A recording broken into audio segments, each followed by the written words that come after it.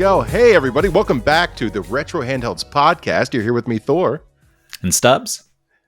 And today we're here with our special guest, Mr. Sujano. How you doing, man? Good. Really good. It's a pleasure to be here. Yeah, dude. Congratulations, by the way, on the 100,000 subscribers on YouTube. That's a really big deal, man. I mean, you got over 1,100 videos up, right? So, I mean, it's not like you haven't put in your time, you know, so. Yeah. Holy crap. Is that 1,100? Yeah, give or take. I've been at it since a month. I try to do one a day. Since COVID hit, it's tried to been one a day. It's been a while. I've been at it. That's impressive. Since, 2016, 2017, give or take. So, wow. He gets it. Going all the way back to 13 years ago, it looks like, too. That's impressive. YouTube's been around for like 15 years, right? The first one is just a truck exhaust I had, just way back. It's Silverado Delta Flow exhaust. Yes. There you go. Yeah. Get that radio. I have a Sierra myself. That is awesome. Oh my gosh.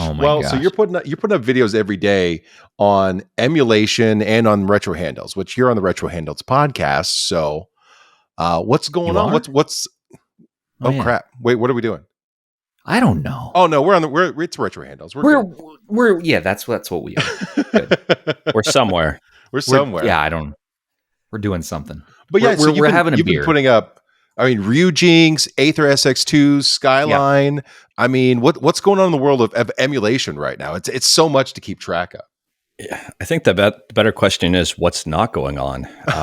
It's just every day. I'm telling you, there's been a couple of days where it's like I might not have a news video today, and then 8 o'clock, 9 o'clock rolls around, and some big stuff just all of a sudden pops out. Yeah, It's been a huge, I would say, year and a half for emulation, and I don't want to say AetherSX2 turned up the heat on it, but I'm pretty sure AetherSX2 really turned up the heat in terms of exposure. Once we got PS2 on Android, the speed of the development on it has been outrageous. I mean, Talreth has just been killing it. Yeah. The dude came in and just, it seemed like from the ground up almost, just made this crazy efficient emulator. Yep. Damon PS2 folks are like, guess we're just going to quit. Mm-hmm.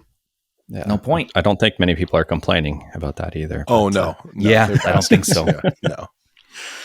Oh no. Man. It was funny. I think right before AetherSX2 came out, it must have been like a month or 2 months before. I was getting asked about PS2 emulation on Android. So I just did a video on it saying, you know what, we're not there yet. It's going to be a while.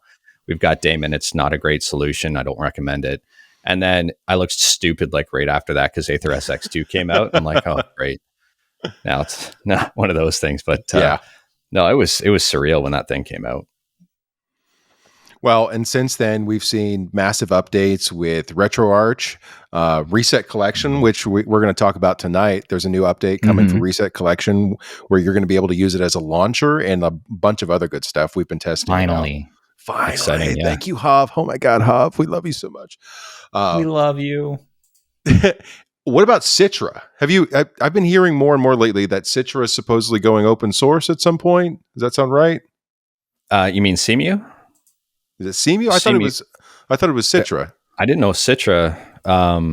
Or is that one of those things that's just been a rumor for a really long time? Well, Citra's already kind of open source. Like you got Citra MMJ, great. Citra Enhanced, all of that. CMU, the Wii U emulator, is going open source. TBA. And then or was it Mikage it might be Drastic. I'm sorry. Drastic, Drastic that's another one. That's I've asked the devs when that's happening, and it's TBA.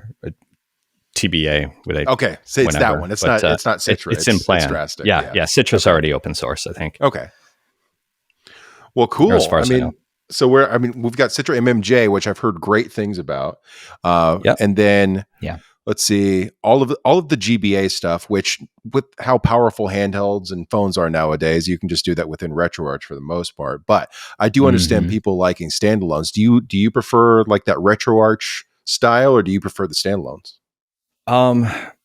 It depends. It really depends. If I'm going on a device like a retro handheld, I prefer like a Retroarch sort of environment.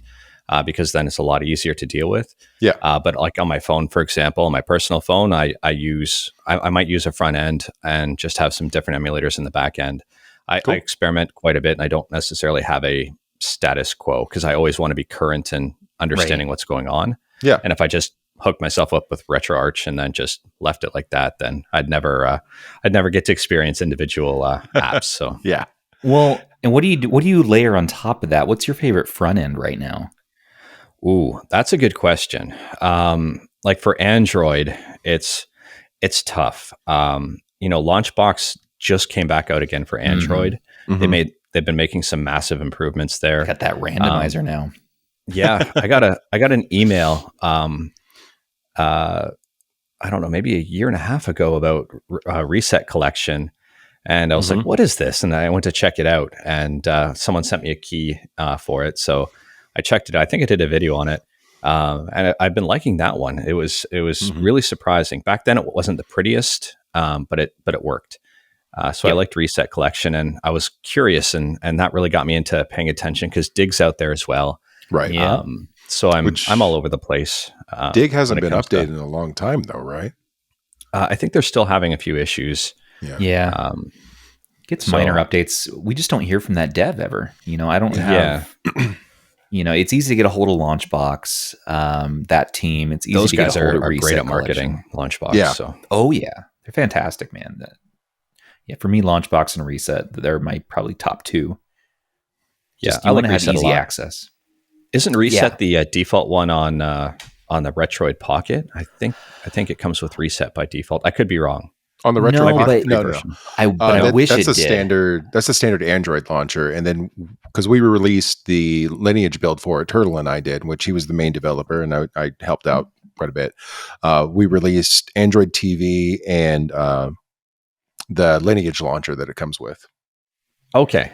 But someone also made a Retro Mega. I think was it DJ Funberger also released Funberger for Pegasus. It's a Pegasus theme that works really well. Modified it for the Retroid Pocket 2, and it works on the 2 Plus. And then we also have a standalone launcher that was made just for the Retroid Pocket as well. That's really nice. Yeah, which they ship with it. And Dig, they always include Dig as an option because that's a free one. Resets $5. Although I know Hav's been talking about some options. We've been trying to talk him into bundling it with various handhelds. Hey, that'd be a good idea because you get great it out exposure there. You'll probably get paid somehow from the process. Well, if you take a look at Launchbox on Android, right? It's 100 games for free, and then anything above that you gotta pay. And it's so easy to have more than 100 games. I mean, it really is. How many do you have? A lot. My testing set, we always joke about my testing set is 627 ROMs right now for various things. Sweet summer child. Oh, I know. But you also give me crap for being the sicko that numbers them by how much I love them. So you order them by the amount of that brings you joy from most to least. I do. How do you find the time? How do you know? How do you know in your heart? Like, because I've played them. How would you know that order? You just know, like, okay, I love Mario 3 the most. I love Super Metroid just a little bit less. It's usually the Zelda games are on top, to be honest with you. It's usually. But is that nostalgia talking, or is that real world today? That game is still fun as hell talking. I mean, I know people hate to hear it, but the Oracle of Ages and Oracle of Seasons games are still top tier Zelda. I know they're made by Capcom, but they're still amazing. So anybody that doesn't include those in their Game Boy Color list is a crazy person. All right, so that's just how I feel. I'm passionate about. What did you just say? What did you just say on this podcast? What'd you just say? What did you say? They're made by Capcom. They're not. They're not even first party. No Zelda games, and they're top tier for you. Ugh, blasphemy! It's such a weird little crossover they have there. Yeah, it is. What about you, Mr. Sujano? What's your Game Boy Color go to when you're testing? Oh, well, that depends. If it's for YouTube stuff, I stay away from Nintendo. That's fair. They're super friendly and a lot of fun, but I mean, I'd rather not deal with them ever. So it's usually that's a good question. It varies, but one of my all-time favorite Game Boy Color games, and it's horrible, is Street Fighter Alpha Warrior Streams. I can play through that. It's a horrible game, and I love it. I'm not even defending it. Like, it's bad, but it's something I like. So. There's another terrible fighting game for Game Boy Color that is another one of those ones that's just terrible, but I love it because it's just nostalgic to me. God, what was it called? Hyper Fighting? No. Hyper Fighter? No. I mean, it's like bottom tier. Oh, it's for Game Boy, not for Game Boy Color. Game Boy. Oh, okay. That's even worse. Because I'm scrolling through right now. It's just binary colors. Oh. Yeah, I mean it's awful, but I played the hell out of it as a kid. Yeah, they have Mortal Kombat, I think, for Game Boy and Street Fighter, and they're both brutal. My go-to for Game Boy is Wario Land. I love Wario Land. That's a good one. Yeah, just platformers. I talked about that one in tonight's video. They just did a ROM hack. Yeah, they did a ROM hack to colorize it. So seriously, nice. Not just the standard Game Boy Color palette, like they actually colorized it and everything. It's not as thorough as Taruse's, but it's not bad. Okay. Is it convertible to the Pocket format to play on the Analog Pocket? Do you know? I think so. It should be. So. It works with actual Game Boy Color, not the monochrome Game Boy, so it needs the actual engine behind it. But it's good. It's called a Raging Fighter. That's the game I was thinking. Raging Fighter. That's so much worse than Hyper Fighter for some reason. Yeah, it feels like a terrible. Deeper knockoff. Yeah, it's the only fighting game I knew when I was 8 years old. So that was my whole world back then. I mean, I was playing it everywhere, just in bed at night when I was pooping, just all the time. Right, constantly. Yeah, as you do. That's still the game. That's what you were doing instead of playing Pokemon, right? Yeah. You got that. Now in our community, we actually were talking about doing a Pokemon tournament, right? Yeah, towards the end of the year. Yeah, can we reveal anything about that?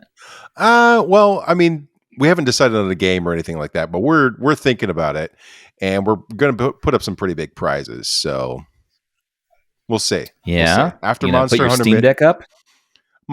You're crazy. You're well. Insane. I mean, last year you put your Odin up. I'll tell you what. I'm not going to put my Steam Deck up, man. But I will. Okay, what are you doing? I'll put my Analog Pocket up. How about that? You know what? Let me one up you there. I'll put my Playdate up. You're going to put your Playdate up. All right. For the championship, I'm going to put my Analog Pocket up. I was thinking about selling it. No, let's keep it for a prize.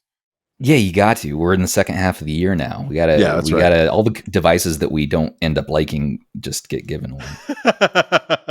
I mean, what am I saying? I can't say that.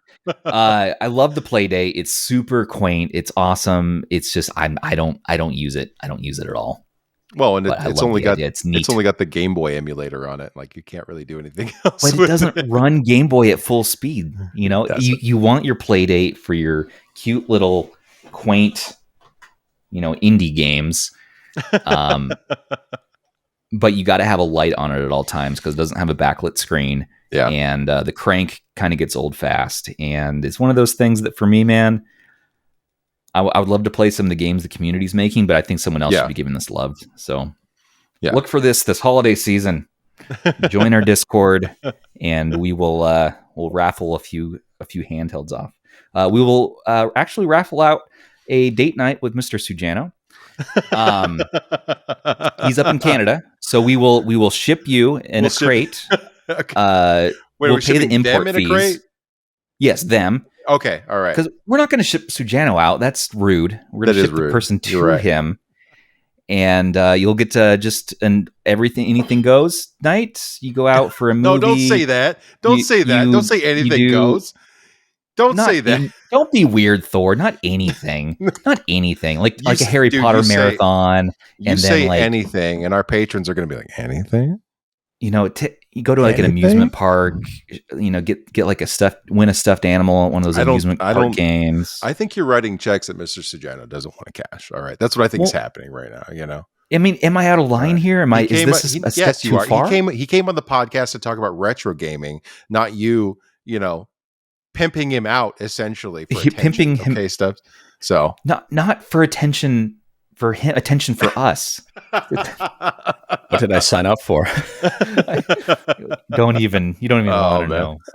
See, this is what half a beer Stubbs happens. There it is. I start whoring people out. Lush. You lush. I'm wasted. I'm just out of control right Trash. now. Okay. Let's get back on track. Bringing it back in, gentlemen. Come on. Bring it in. Oh, yeah, like it's us doing it. Right. Sure. Really? Yeah. Use your little reel on the play date. Reel yourself in there. I'll get my let me get my crank out and reel myself in. Mr. Sujano, what's your go-to device right now, man? Steam Deck. It's Steam Deck. That's fair. Yeah. Oh, the big boy. A lot better than I thought it was going to be. I hate the L and R buttons on it. I still the triggers or the tops. Like L1, just R1? the tops, the bumpers. Yeah, not the triggers. But I haven't reviewed it yet on the channel, so I guess that's a spoiler on one of the things I really hate about it. But it beat my expectations. I didn't have high expectations, to be honest with you. Yeah, I thought thermal management was going to be crap. I was worried about a few different things, and I actually took it camping. And I'm like, you know what? I'm going to see if I can power a YouTube setup with this stupid thing. Yeah. And I did. Like I obviously put all the software on it beforehand. Yeah. So I ran OBS. I had to use Shotcut to edit the video, but I powered everything through a USB-C hub. I had everything plugged in, mic, camera, lights, and I recorded, edited, and then used my phone as a hotspot to upload it through the Steam Deck, and it was brilliant. Did you have to have Windows on there, or you did it all through the Steam OS? Linux. Linux, Steam OS. Yeah. So it's simple. If you know how to use Linux, it's super simple, and Steam's done an awesome job at optimizing it. So I did a remote podcast off of a Surface Pro 8 a little while back from my camper as well, and it worked out really well. I can definitely see how the Steam Deck would definitely have enough juice to be able to process the video. Maybe depending on what camera you're using. If like I just used I brought a webcam with me and just plugged that in. Logitech or something like that. Yeah, a stream cam. So it's USB-C. I had to use the hub to plug it in, but it worked fantastically well. And I didn't think ahead, and I was like, the hub that I had didn't have a pass-through charger, so I had to be very careful on recording and editing. Because as soon as you watch the battery start to tick down, but how was your battery? The battery started out, so recording almost killed it. But then I plugged it in, and I have a Bluetooth keyboard and mouse, and it just used Bluetooth, so I didn't have to worry about physical connections with it, and just plugged it in to edit. Did you go with the 512? Did you manage to get one of those? No, I got the cheapo. The 64, really? I went with the 64. I had a whole... I was originally picking it up because I was going to open it up, show everyone how to put a separate solid state drive in it. Yeah. And go from there. And as soon as I got it, I just threw the micro SD card in, and it doesn't need the hard drive upgrade. Like I don't need to. I'm like super surprised. So I've been stressing it out, trying to like find a reason why I would need to open it up as opposed to just running everything off the micro SD. And I haven't found a reason yet. By stressing it out, do you mean the read-write speeds? Yeah, read-write, transferring stuff, using it as a computer as opposed to a video game console, and I haven't burnt it out yet. So we had a user, and then later on he's the Fake 08 developer, Super Grom, Jada the Bell. He came on the podcast, but he reached out. He had an extra Steam Deck and was able to give it to us. Well, we paid for it, but he charged us market for it, which was extremely nice of him. Thank you again. We did a live stream where I upgraded the NVMe from the 64 to the 512 of Kingston, and then I sent that to Russ, which he used that in a bunch of videos until he got his, and then he sent it back to me, and I just sent it to Jim Gray a couple days ago, who was one of the developers for Onion OS for the Miu Mini, because Stubbs and his missus had an extra 512 pre-order that I bought. So we've been doing Steam Deck musical chairs for like 3 months. Yeah, they've been passing around. How do you like the screen on that 512? Honestly, I didn't think it was going to make that big a difference. I really didn't. I was wrong. I was genuinely wrong. And you like that. I really, really do like the etched screen. like I said, I didn't think it was going to be that big a deal, but once I started doing comparisons and I was playing certain games and not seeing my own face in the screen in moderately lit rooms and stuff, it really did make a big difference. So, well, using that 64 gig out in the sun for like camping, was that okay? Were you getting a lot of glare? No, it was actually okay. The 64 gig because I mostly sat in the shade with brightness all the way up. This was a question for Mr. Sujano, sir. Oh, I'm sorry. I know it's the Thor hour. I did it too. I'm sorry. But we have a guest here. The Thor hour? Really? That's what we're going to go with? Really? Sorry. Stubbs? Jesus. I have to step out of character and be an asshole sometimes. I'm sorry. To both of you. I was on a bit of a roll. Please forgive me, Mr. I didn't know that you took the Steam Deck camping. That is awesome. I didn't know that either, but that's amazing. Of course I did. Yeah, so it was the same experience for you? It was it was fine. I even just propped it up. I'm used to, like, honestly, if you're used to anything camping, like if you've ever brought, even outside, if you've brought any sort of retro handheld outside, the screen is either good or horrible. You got to crank the brightness to see anything. And with the Steam Deck, I just cranked the brightness and I could see everything okay. So yeah, that's been my experience too. We usually camp in semi or mostly wooded areas, not so much like open. And so we're basically always under tree cover, not direct sun. So I haven't really had a problem with any handheld, including the Miu Mini, while we've been out camping. So yeah, I mean, I think it's pretty key these days to make sure you get a handheld with really good brightness, because I'm outside with handhelds way more than I thought I would be. You don't want, especially in summertime, like you don't want to just hang out in your cave and just huddle over like I'm playing Final Fantasy. You're an adult. You're out living life. You're going places with your spouse, and let's pull out the Miu Mini and get a quick round of Street Fighter in. So having that brightness is so important, and that's why devices. Trying to think one right now that has horrible brightness settings, just completely, I think need to get tossed aside. The 503, like the OLED screen. Yeah, it does not get very bright. And at nighttime, it's too bright. It doesn't get dim enough. Yeah. So both, use cases are shot out the window, even though it has a beautiful screen in mid-light settings. What good does that do you? I'm not going to play it mid-afternoon during a Zoom meeting, You'll think about it, though, won't you, Mr. Man? I'll think about it. Oh, well. Well, I know we weren't going to talk about Windows stuff, and I'm really not going to dive into that tonight because we just did on Saturday. But if we're talking about using computers, mini computers on the go, what's your thoughts on the Win 2? This is an older GPD product that runs Windows. I don't know if you've used. Yeah, I've used one of those.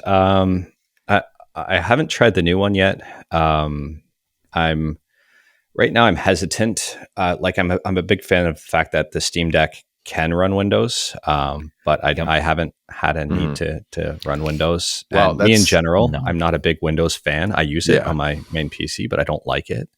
I prefer Linux, but at the same time, it's awesome that from an accessibility standpoint, that a lot of these newer handhelds can run Windows. Yeah. But yeah, I'm probably not the biggest or the best person to ask about my feelings about Windows on handheld. I'm just knife in the sand. What's your favorite Linux distro right now? What are you running? Oh God. I'm a distro hopper, so I go between a whole bunch. The one I usually go to install on people's machines is usually Mint because of the support it has, and it's just simple and straightforward. Man. Yes, I love Mint. Nice lightweight distro. Yeah, and it's so user friendly. And it just works. I've had problems with other distros, like if you've ever used Arch, trying to get stuff to work, and then I just hop on the Mint, and it's like, well, I don't feel as like hackery using this, but it's like it just works. So I'm a huge fan of Cinnamon over KDE personally. Way bigger. I like Cinnamon. Cinnamon, yeah. So I just had to ask. Well, I'm really basic. I like Ubuntu Studio for media creation. That's just I know it's probably a bloated distro, but for like music stuff, if you like it, you like it. I'm not gonna shame anyone for for a distro they like. So yeah, I'll shame you off the air once we're not recording. I'll make sure I let you know how I feel about that, Stubbs. All right. Okay, I'll shame you to your face, Thor. Just saying. So you shame me off the air. Just let the people know. Yeah. I don't know. I've never been a huge Linux person. I appreciate it, and I know that it runs lightweight and it's probably faster on many of these consoles. My favorite Linux distro for gaming is Batocera, though. I think that's what they're doing with that is brilliant. I love how everything's wrapped up into one interface. You can run up to like PS3 all through one interface. On your PC, you got to install RPC SS3 and then like configure Launchbox and all that. But Batocera, man, it's awesome. On my Win 600, I'll probably run Batocera as my main driver there. I'm definitely foreseeing a situation, especially with this huge wave of Windows handhelds, where people are dual booting Batocera and Windows for their Steam library for that native compatibility, and then Batocera for all of their actual emulation and like classic gaming. I think that's what's going to end up happening. What do you guys think? That'd be interesting to see. Yeah, I know. The one thing I hate about Windows is it's always so bloated. It doesn't seem like you can get away from it at all. And I think that's like realistically, I'm curious to see with the new Neo and handhelds. I tongue tied there talking about those names, but I'm curious to see what happens like performance wise running Linux on it versus Windows, side by side, and seeing how much performance loss. I'm assuming there's going to be performance loss with Windows, so I'm really curious to see what happens. I'm thinking so, man. I didn't work on it, but I helped TJ set up the guide and refine the installation and things like that for the Windows on Odin, right? For the Snapdragon 845. And I was surprised at how well Windows did on, number one, an ARM architecture, but number two, on that smaller form factor. Did it have bugs? Yeah. Could they be worked out? Absolutely. So I guess I'm not terribly pessimistic about the upcoming wave since they are x86 based, but the device manufacturers, which Aya has proven that they can do this and AYN hasn't yet, but they really need to make sure that whatever applet they're including to remap controls for the keyboard, for quick access, all that, they have to nail that. They have to nail it so hard. And I don't have a lot of faith in either company at this point. It's tough. Yeah. AYN they're a new company still. I know that people are impressed with the Odin, but they're still needing to ship me my light. I'm waiting a year now. Same. We're talking about buying all these other SKUs, and I know I'm a hypocrite because I just pre-ordered another AYN device on Saturday after the Fox convinced both you and I to get the Mini Pro. Yeah. Because he's like, oh man, it's going to be so efficient. It'll run PS3. As soon as he said it'll run PS3, I was like, for 200 some bucks. Also the Max if they can produce it fast, I think it'll be a hot seller. If they can stick to schedule exactly. So you said you've been waiting over a year for yours, like you haven't. We pre-ordered our Odin lights. I pre-ordered mine on August 21st of 2021. Holy crap! Yeah, me too. Around the same time frame.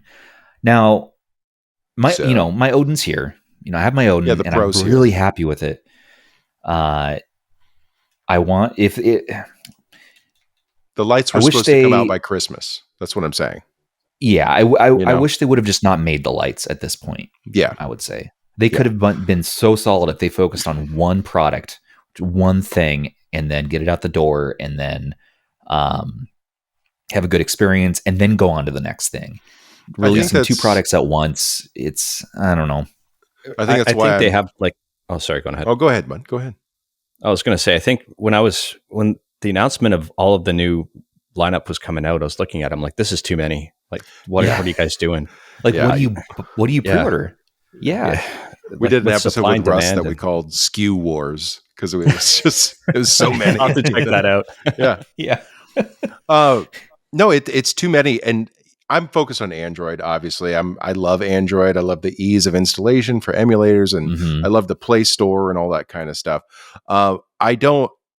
I want things to be easier for the user, because most people that are getting into this they're not ultra technical people. They just want to buy something and play video games. I mean, they expect that console curated preset environment where you can get on, pay $59.99 for a game and then play it, and that's not how any of this works in this community at all. There's always setup, scraping alone, not including Android APK, side loading, rooting, all that kind of stuff to get all your favorite stuff set up. And then if anything happens to it, it all goes away, Yeah, I don't think anyone's been able to solve that just yet. I mean, even Ambernick, when they come out and they give you the card with everything on it, it's still like the stock OS is like, they shouldn't even bother with it. But it's bad. It's interesting to see, but I haven't seen one yet that's nailed it, like absolutely nailed it from the beginning, where it's going to completely beginner friendly and not to worry about it. I mean, Retroid, I think the Pocket 2, if you're familiar with Android at all, came close. Yeah, it did. They'll set up some emulators and stuff for you, but the downside of the Pocket 2, the OG Pocket 2, was no touchscreen.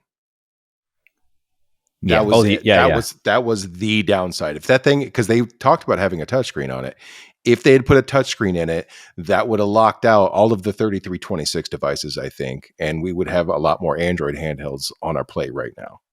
Yeah, the 2 Plus really, though, I agree with you. Really, it gets so close. I remember getting it in December, and I'm like, guys, this is so close to being a great user experience. From opening the box to playing your games. It walks you through a lot. It has all those apps you can pre-install with that script they run. Custom launcher. A few interesting choices in there, but yes. Yeah, there exactly. was some. Really? That's what we're going to do? Why are we adding this in here? But it's really good, I'm seeing rumors of the RP3 on the horizon now. Supposedly Taki has a prototype as of today. He's going to do a video on. That's what I heard. We'll see. I'll tune into that. We'll see. We'll see what comes of that. On the Retroid official server, there's a Retroid Pocket 3 channel made now. So that's a little like, eyeball emoji. Like, ooh, what is this? All right. Yeah. But and then I think the Pocket 2 Plus is priced so well right now. If they could just amp up production on that, it's just, I don't know. They're ramping down production. That's the thing. Yeah. They're not. And I waited, I think, 3 or 4 months for mine. So I've talked about this publicly a couple of times, but I'm like 99% that Retroid is the one that's actually producing the Odin, like physically producing. Oh, really? Yeah. The parent company. Yeah. Well, I mean, More Chip's the parent company, but we don't know how any of this works, how any of these companies interact with each other. We do know, however, that the same person made the operating system for the Retroid Pocket 2, the Retroid Pocket 2 Plus, and the Odin. And so because we tore it apart, and it was all made on the same computer by the same user. So, interesting. And there have been other signs. I'll have to check that out. What's that? Do you guys have a video up about that somewhere?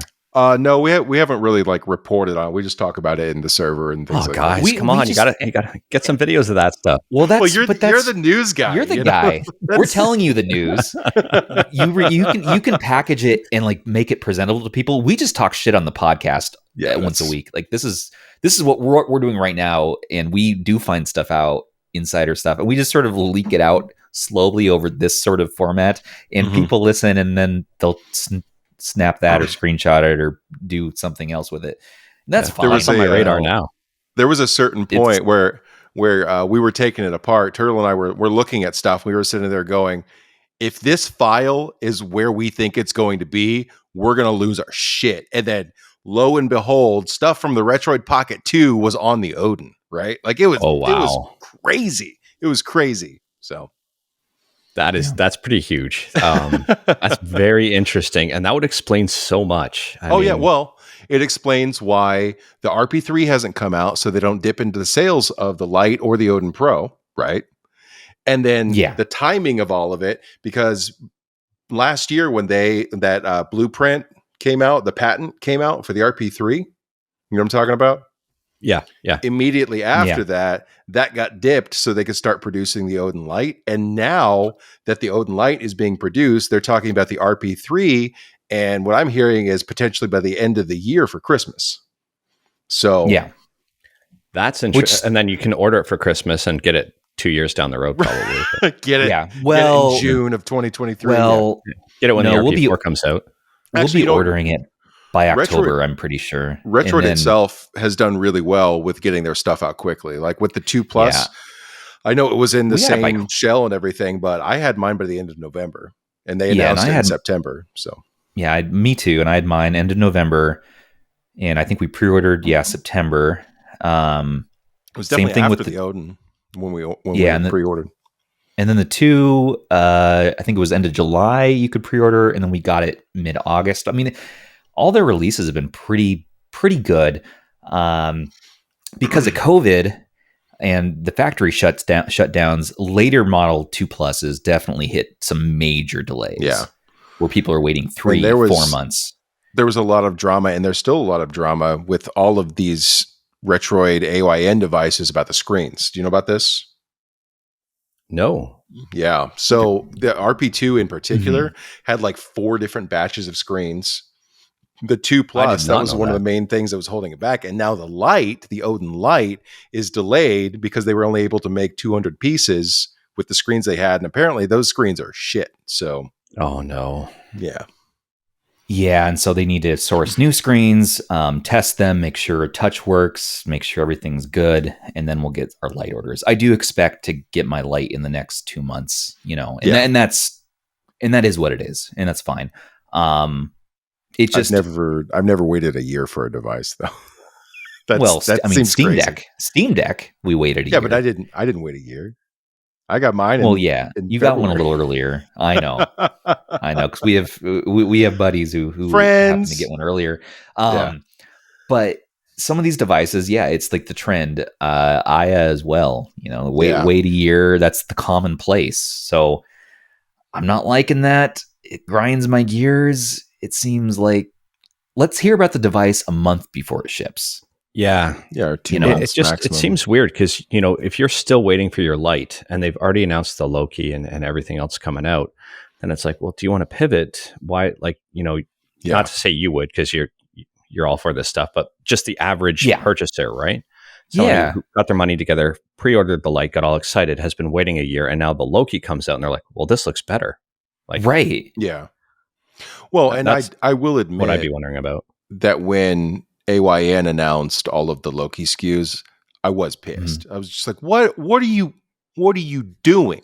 You haven't even gone to retail with this crap that people pre-ordered 10 months ago, and you're putting out 5 new SKUs? Are you out of your fucking mind? What are you doing, man? Well, and then a 6th SKU because they want to compete with Ambernic. They want to compete with with what they're doing. 600, yeah.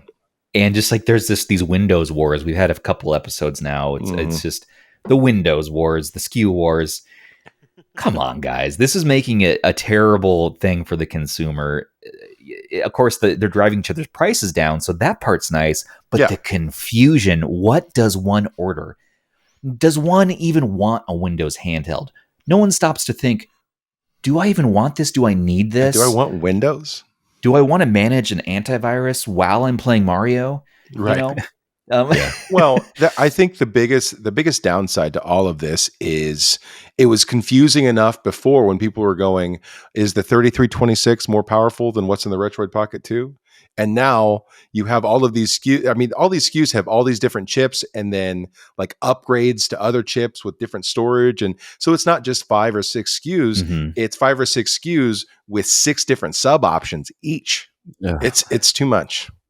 It's what everyone wants to talk about, but we don't just have to talk about retro handhelds today, because I'm sure that we don't want to pigeonhole the whole conversation on this. But what do you do outside of? You don't even focus on retro handhelds on your channel, really. You just focus on emulation in general. Yeah, right? Emulation in general. I talk about retro handhelds all the time. I just don't. I don't focus on them solely. I find them fascinating, but at the same time, without emulators, there is no retro handheld. So you probably have a Shield TV, and Yeah. So I'm really in on the whole emulation part of it, but that wasn't a dig against retro handhelds. I freaking love them. Like I have a whole bunch. No. We rail on them all the time. I have no problem with saying a lot. Something's a piece of shit. I mean, we're not evangelists for the hobby. No. We're saying, please, if you can escape this hobby with your life and your wallet, do it. In your wallet, yeah. It's dangerous. I didn't even realize. Like when I first started dabbling in some retro handhelds, I was like, okay, I'll get one, see how it goes, and then it's like, I'll buy another one. I want another one. And now I've got a freaking collection of them, and it's like, what am I doing with all of these handhelds? Yeah, that is what we call it, the sickness. I bet Stubbs and I doing between the two of us. What do you think? 10, 15 grand into this? Probably. 10 grand? I 10 mean, or 15? My buddy was over here yesterday. He doesn't know about any of this stuff, and he's like, "What are all these?" I'm like, "Oh, they're retro handhelds." He's like, "Oh, cool." It's like you have like 5 or 6 of these. It looks like, and I'm like, "Let me show you the drawers." I'm like, how many of these do you have? Like, I had probably 100. Like, why? Yeah. Well, they all do different things. Do they? Well, they're different. Some of them have different colored buttons, and they've different form factors. Look at this one. It's the miniest. Why do you have 5 Miu Minis? Well, then I gave him one on the spot, by the way, just to shut him up. I'm like, you can keep this one because you're right. I have too many. Just take this one home. He's like, oh, thank you so much. And I'm like, yeah, that's right. Now you're keep walking. Get that first taste. Give him, He's gonna go home and be like, hey, so about that Miu Mini, you said there were other buttons, there are other colors. Yeah. Oh, they're addicting. Yes. It's so much fun. And I mean, you get one, you like it, you use it for a while, and another one comes out with a slightly different chip or new buttons, like you said. It's like, oh, that looks pretty cool too. And you just go on ahead. How many 3326 devices it wouldn't just mean, on my desk? It wouldn't mean anything without all of the community developers working on all these emulators. I mean, that's the thing. Yeah.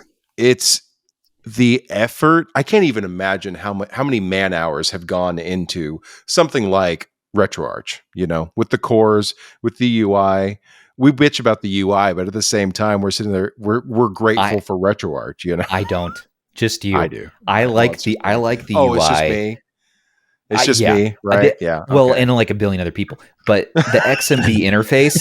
Just let me take I know a lot of. I to this day love the XMB PS3 style interface of Retroarch. I think it's brilliant still. I know it's aged like cheese since 2013 and it's outdated for many people. But to me, I'm like, it's perfect. They don't need to improve anything. It exists for a reason. I mean, if you like it. Exactly. Maybe give us 3D box art in there. I use the Switch like Ozone interface. I like Ozone too. Yeah, it's good. Oh, you modern Ozone lovers! It's a list. It's a list. Quite literally just a list. Yeah. I know, and it's more touch friendly. I know that. I know this in my being, but XMB looks like I'm booting up a PlayStation, and that is neat. And it has like the blue, like the PSP, like blue wavy lines that animate. As you're scrolling and you're like, wow, this makes me feel good inside my body. That's the whole reason? Yeah, it feels good. It looks good. It feels good. All right. Like scrolling through it is like a pleasurable experience. It's just nice. if I dig on the XMB, I am legit going to get like 40 DMs. And no, not really. Somebody, no. Oh, yes. Have you met the people that listen to our podcast? All right. Do they they're seem a little like particular, non-specific people to you? Is that what they seem? Are you saying we're a niche? Are you saying we're a niche within a niche? Yeah. Oh, yeah, we are. You're right, man. But anyway, emulation. All right. Anywho, there's other things besides Retroarch out there. Many people will say, don't use Retroarch at all. It's not optimized for many of ththese cores and these emulators. Yeah. Use your standalones for everything, including SNES even, which it's very interesting. Like Dolphin, for example, your experience on Retroarch is not going to be great. No. There's a whole bunch of cores out there that don't run that well, and I think Retroarch is it's very intimidating for the average user. Like I've tried to do some basic beginner tutorials for Retroarch, and it's still, I still get emails and questions about what to do. And I found like things like Lemoroid, for example, which I call the easy mode Retroarch, has been fantastic. In that regard, like they're only putting stuff on there that works, that makes sense. And I think they're doing it really well, but it's tough. Like I think like you're never going to see AetherSX2 on Retroarch. You're never going to see no. Like DuckStation now. They have Swan Station on Retroarch, and that's a whole thing. Yeah, there's a whole lot going on there, and I don't know if Retroarch. There's a lot of politics involved with all of that, and Retroarch is very strong in some areas, and I would say weak in others. So it's kind of a hit and miss on what you need to get out of it. It starts to be weak with like PSP and up, it seems like. Yeah. I'd say a lot of these developers too, and I'm not knocking people directly. I know a lot of people like to just release things when they're ready.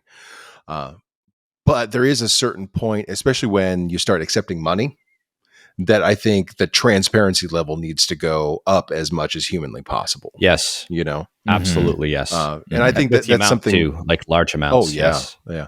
Is it the Yuzu developers have like 19 grand a month coming in on Patreon or something like that? I mean, this isn't, $500 a month or something like that. Seraph makes thousands of dollars a month. And he's a great dude and deserves every penny of it. And he's one of the best examples of transparency because he's always updating, Yeah. But at the same time, there are plenty of other developers for emulators and front ends and things like that are taking Patreon money or whatever that aren't as transparent as I think maybe they need to be. Yeah, I would say that's the biggest shot against Retroarch right now is they need to be. I would argue they need to be a little bit more transparent. There's a little bit of. I don't want to say discrepancy. I'm not painting this in the wrong picture, but there's a little bit of animosity, I think, in the.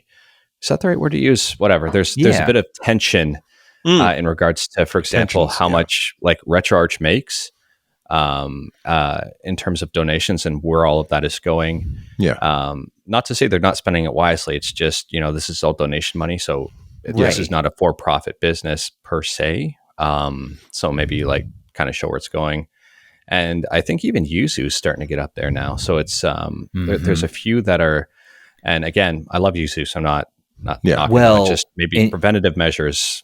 Yuzu almost 20 grand money. A month American. Yeah. I mean, that's a lot of cash. Yuzu accepting money. We're talking Switch emulation, and that's way more of a gray area to be accepting money over for emulation than anything Retroarch is doing. Yeah. Maybe they can't show it because of that. Like it's probably. I mean, if Nintendo were to see that, then they'd just be salivating. Yeah, show me where this is going. Well, I mean, the setup guide for Yuzu has you dumping your own keys off your own handheld or off your own console. That your own encryption keys. I mean, that's a big step. I tips today a video on that a few weeks ago. I've been paying attention to that, because the title of it, I think it was like something along the lines of Nintendo take this down. I dare you. Yeah.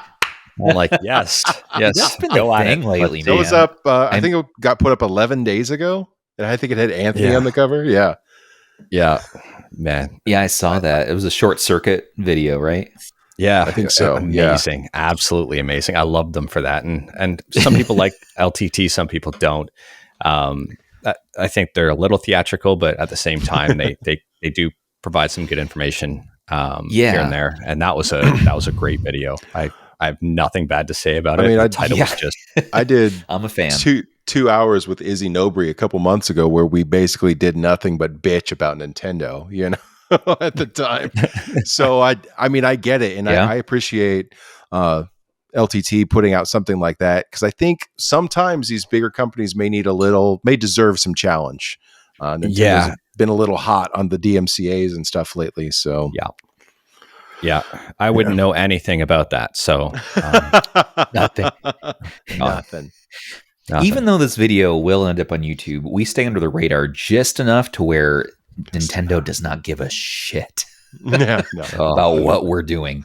Well, it's because we don't put Zelda music in it. So no, they need better marketers. Like Nintendo does so well. And they could do so much better. And like just the way they treat the community. I don't know if you guys are aware of the fighting game community, but I'm heavy into Evo fighting and all games. That. Yeah. Nice. And the Smash community, which is, I'll just say Nintendo does not treat them nicely for a community that's like solely keeping one of their old games alive. It's just, it's insane. The level of, I heard about that. People, so I heard a little bit about that. The last time I attended E3 was in 2014, and they had like basically a minor Smash Invitational in another building right next to the LA Convention Center, and it was cool. It didn't last very long, and there were only maybe 100, maybe 150 people in this huge auditorium because they didn't really let people know what was going on. They made a way bigger deal out of announcing Amiibo. Right, that was the big deal. Was Amiibo at the time? Right, I remember that. And then I remember the big announcement because Sony owns Evo, which is why they don't want Smash at Evo. Right, like that's the big deal. That was the rumor. Good portion that was the of rumor. Yeah. So it's more or less Nintendo taking their ball and going home because it's not Nintendo's rules. So. Right. Yeah. And they do that. That's how they operate. I think Nintendo is a kind of a front and center symptom of a bigger problem in a lot of the modern gaming community, because if you look at companies like Square Enix, because they just dumped Eidos, right? Out of nowhere. What the fuck? Really? Yeah. Really? Yeah. They just dumped the Tomb Raider studio. Yeah, originals? They just dumped a bunch of studios, and they just all these companies keep doing this weird stuff. A lot of it has to do with NFTs. It's a whole thing. We're not going to go down that rabbit hole, or at least I'm not going to right now. But that's like a 4-hour conversation, right? Yeah, absolutely, 100%. But the thing that blows my mind is how poorly all of these companies do with merchandising. That it drives me crazy. Like they lean into Amiibo, but you can't make a deal with somebody to make a bunch of Final Fantasy shirts that aren't $80. Are you kidding me? I don't know. And even just like Nintendo branded consoles, like if they just freaking put out a Zelda themed Switch, like an actual like Switch Lite or something that was all painted up or something, like no problem selling those. But my concern is that they're not going to call the next console the Super Nintendo Switch. I wish they did. That'd be so much better. That'd be something stupid, but that'd be so much better. Is there anything else going on, by the way, in modern gaming right now? Like, is there any big news on the horizon? I feel like that I haven't seen anything. Like, there's no Xbox Next, or I feel like we're finally out of the COVID garbage where games are finally getting released again at a fairly decent pace. I personally am waiting on God of War Ragnarok. What are you guys waiting on? That's what I'm waiting on. Huge. Yeah. Street Fighter 6 that was just announced. Yes. Again, I'm anything for fighting games. I'm there. So, what's your take on Tekken? Do you like the Tekken series? Love it. Yeah. Tekken 7 did amazing. Like it did so well for that series. So I've been playing that on my PS5, man. It's been a blast. I wish Soul Calibur 6. It's such a weird lineup. Sorry, what were you saying? I wish Soul Calibur 6 was hotter. Yeah. I really enjoyed it. But that one with the wacky creative characters, and you got a lot of interesting costumes. A bunch of weird shit. Yeah. Voldo's moves, but like a character that only looks like lips, like all over his body. Like You have like a Ninja Turtle fighting and all this other stuff. So just horrible. But oh man. But no, that's kind of circling back to Smash Brothers. I am glad that Smash Brothers is so supported within the community, even with Nintendo damping on them, and bringing it down. Yeah. They keep going. They're very careful of how they do things and actually pay attention to how they do things, because if they can get away with it, and by all means, and I'm willing to talk about it, like absolutely, you guys do something, I'll promote it. Yeah. Right. Because it's the community more than Nintendo you're supporting. Yes, absolutely. it's a very fine line that they walk, and it's almost like playing whack-a-mole though, and I think Nintendo just gets tired of it because sure, tournament they can shut it down, but like fan projects and stuff they'll try, but then someone will fork it, and ridiculous. Not to rail on it too hard, I do agree with Nintendo being butthurt about their code getting stolen, and then people using that to make like Android ports of Super Mario 64 and stuff like that. I think that's shitty. If you're going to go that far, just remake the game, But at the same time, I'm blanking on his name right now. He took that code and rewrote like 100,000 lines of it and optimized it. Have you heard about this? Mario 64? For PC, right? What's that? For PC? No. He recompiled the whole thing for N64? For N64 and like ultra optimized it. I mean, ultra optimized it. Is this recent? Yeah, this is fairly recent. Yeah. Oh, man. I might have talked about it and I forgot. Wow. Anyway, he basically rebuilt Mario 64 from the ground up, and it basically would have been, I think it was able to run at almost 120 frames per second with just the base game after he rebuilt it. You know about this? Oh, the decompilation. Yeah. Oh, right? Yeah, the decomp. It wasn't from Source. It was the decomp guy. Yeah. Yeah. So I know I'm just scrolling through your videos right now. Extraordinarily difficult recompilation stuff that this guy, I mean, he spent thousands of hours, it seems, rebuilding Mario 64 and then including his mods and stuff like that. And so it would all run on OG hardware, and it runs beautifully. Yeah, I'll send a let's see here. I feel like I saw you talk about this at some point. I think I did, yeah. It's I talk about a lot and I forget a lot of the stuff I talk about. So well, you put up a video every day. I mean. Yeah, and you're covering, it's cool the spectrum of stuff you cover, because you're going from gaming all the way to like a cat water dish, like an automated smart water dish. That was fun. Yeah, I experiment a lot. Like I'll throw up random videos here and there just to see how they do, and it's like, let's just try this and see how it goes. So I have a bunch that I've never posted that have kind of made it like halfway edited, and then I just got tired of them and moved on. But I was doing home security for a while, and I was like, maybe I shouldn't do this because that might give an insight onto what I'm doing at my house. So yeah. But wait a minute, but I thought in Canada you just keep your doors unlocked and just be trusting. Well, so funny story about that. When I grew up, I lived in a very small like farm town, and our front door did not lock properly. Like you lock the door, but you just jiggle the handle once and it would open. And it was like that until my parents sold the house. They never fixed it. So that was 30 years. It was like that. It was, yeah. So you're saying to me, I build a time machine. I go back in time, just free crime. I can just break in, take everything. Yeah, like people left their cars unlocked. Sujano's Nintendo when he was a kid. Yeah, you can have that one. It got hit by lightning and was like destroyed. So it got hit by lightning. Okay, please tell me this story. Now we're getting somewhere. So when I was a kid, I had the NES and played the shit out of it. And our neighbors, they're a little bit older, and one decided he wanted a ham radio. So he got this ham radio and had this like massive tower on the side of his house, did not ground it. So we had a lightning storm. Lightning just like hit the shit out of that tower, like fried everything in the house. And my Nintendo was toast after that. That's how I got the SNES. So that's okay. Wow. I've never a frown upside down. Jeez. Yeah. In my so life, all right.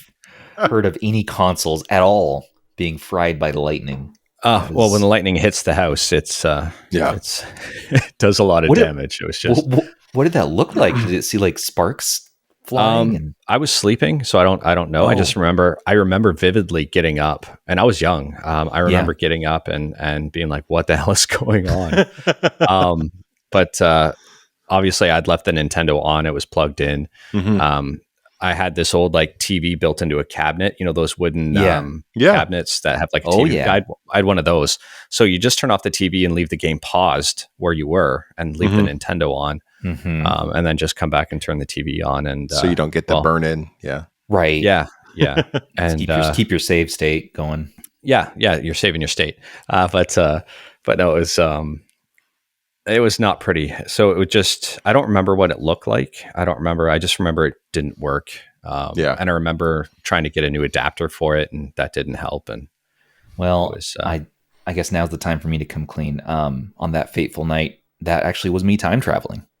Well, that was the time machine coming down. Yeah, that was my time machine coming down. I didn't abscond with your Nintendo. Terminator in the bubble, right? I showed up naked. I was naked, just standing in your living room. First, I beat the rest of Mega Man 2 for you, and then thank you. Yeah, yeah, you're welcome. Just so you know, I wanted to take the Nintendo. I was so depressed that it was fried from my arrival that I felt bad, and I'm gonna go back home. I did take one thing out of your house, and I won't say what it is, but you let me know if you ever piece this together. Oh, so that's what's behind the attic door. Is that I gotcha. All right, shut the fuck up. Don't tell them about the attic. Don't talk about the attic. Uh-oh. Oh my God, we just lost Mr. Sujano. We did. Oh no. Oh God. Attic? Oh, attic. We brought up the attic and he disappeared. Oh shit. It disappeared him. Oh shit. Oh no. Oh, that's on me. God. Why did you bring up the attic? I told you it was cursed. Oh my God. I told you. Oh no. This isn't a joke. Like he legit just fucking disappeared. The vortex opened up and swallowed him whole. Holy He's gone. Shit, he's DMing. Chrome just crashed. The attic crashed Chrome, dude. Oh my God. You know, here's an update on the attic situation. I had my buddy over yesterday. Of course, the first thing he gets in the house, I'm like, hey, I haven't seen you in 3 years. I'm like, oh my God, it's so good to see you. Listen, I got this attic. It's a weird thing. Don't go in that room. Yeah. Let's stay away from that area of the house. Yeah. And he's like, well, what's going on there? I told him the whole story, blah, blah, blah. And then he's like, well, you got to get up there. Let's go up there today. And I'm like, well, we need a ladder first. I can't get up there. So we're pricing out ladders, going to Home Depot. There's a great deal on one. And there was some like physical force holding, welcome back, sir. Sorry that my attic literally vortexed you out. Dude, I brought up the attic and you disappeared. Like that was.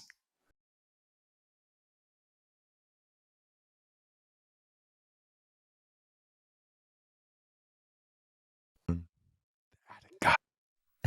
So welcome back, Mr. I'm sorry that my attic vanished you from existence. It is haunted by a ROM gnome demon. He lives in the retro ROM gateway. Mm-hmm. He steals us ROMs and brings them to us in the night. They show up on my computer. I think they're legal. I am not sure, though. I haven't asked him. He's a little... The quickest way to summon him is to ask for ROMs in the Retro Handheld server. So he will chase you off if you do that. So yeah, and I hear a rustling in the attic because there's a tiny ROM gnome-sized door that came with my house when we moved in a few months ago.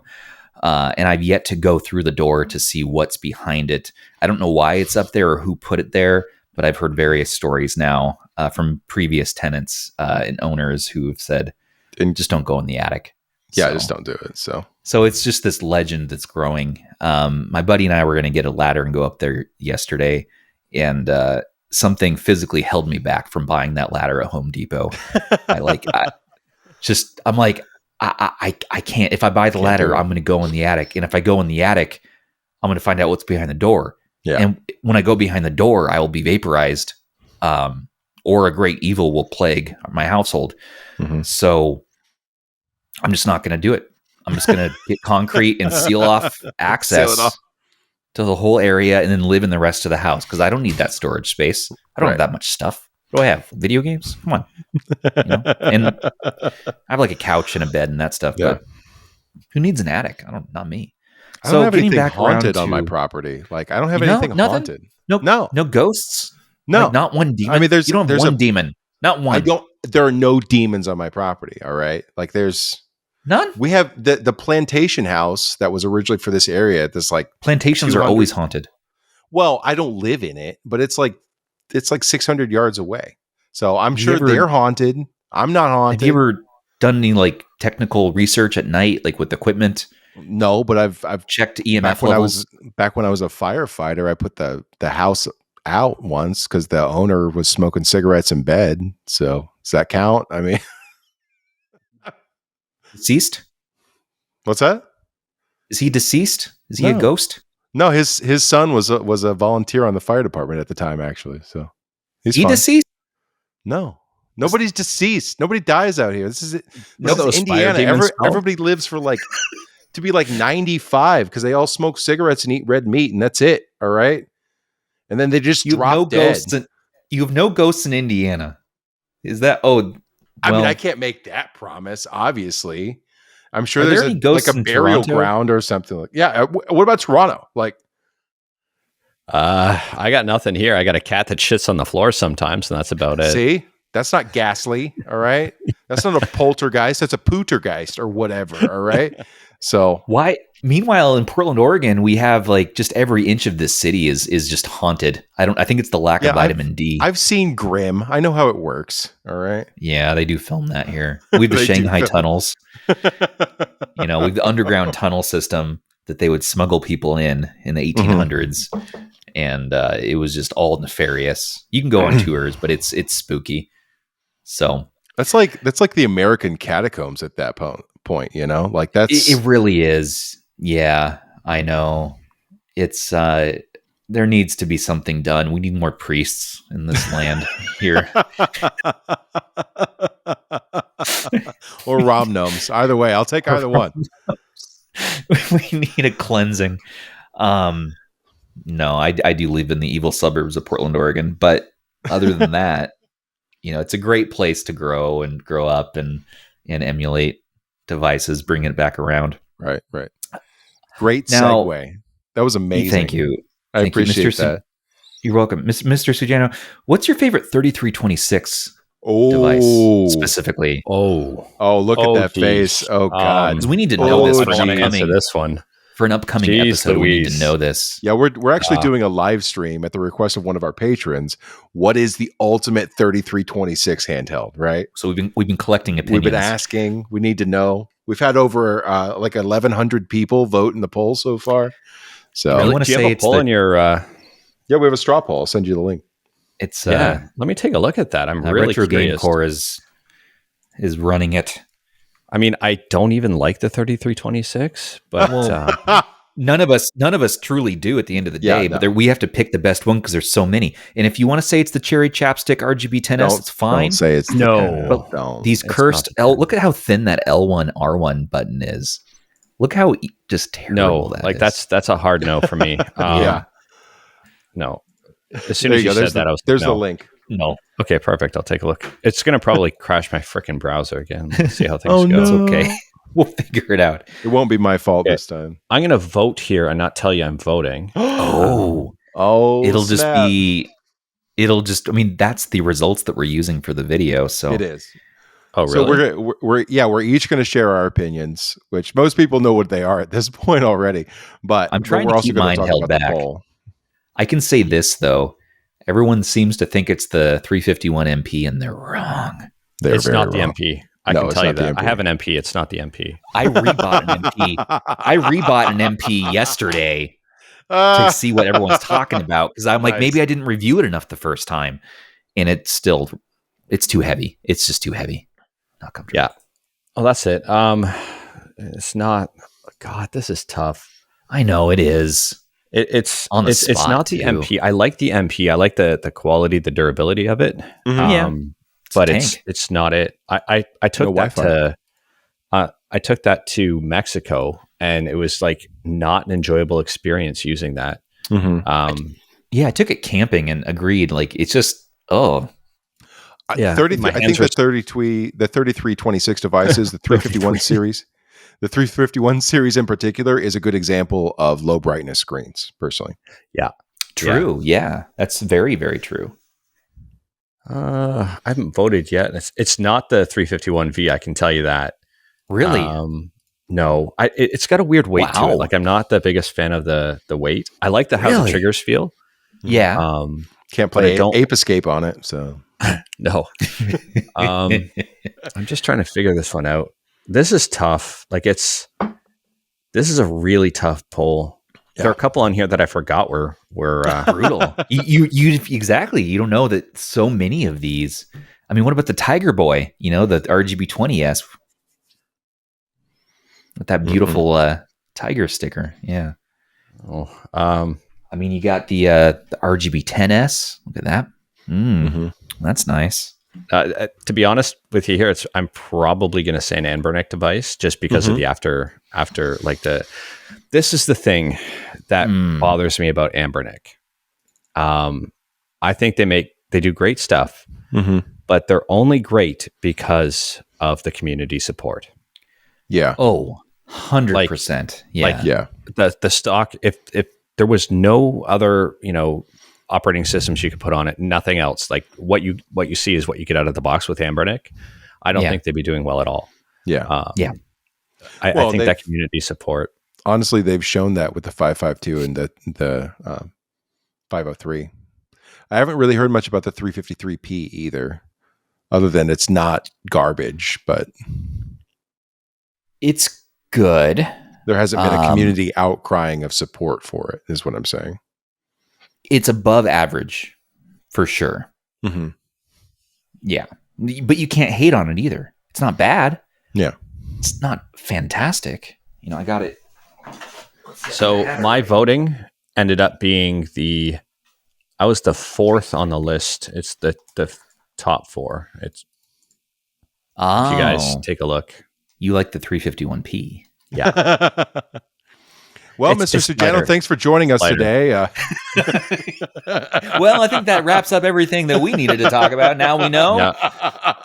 It's funny. It's funny because I as well have just a great fondness for the 351P because it's so lightweight. Yeah. And it's small. Yeah. And you can just put it in your pocket. It has those nice recessed sticks. And it still has a durable build quality and all that. And it's a nice all-around 351 device. That was always the RP2 competitor, the OG RP2. Was it, do I get the RP2 or do I get the 351P? Do I get the 351P? Yeah. Well, you can get Android on both now. So yeah.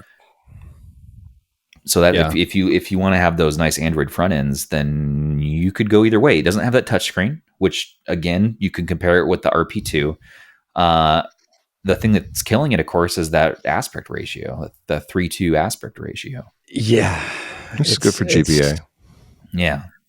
Again, I'm not a big fan of 3326 in general, just the chip. But yeah. At the same time. It's what we had at the time, though. Things are getting better.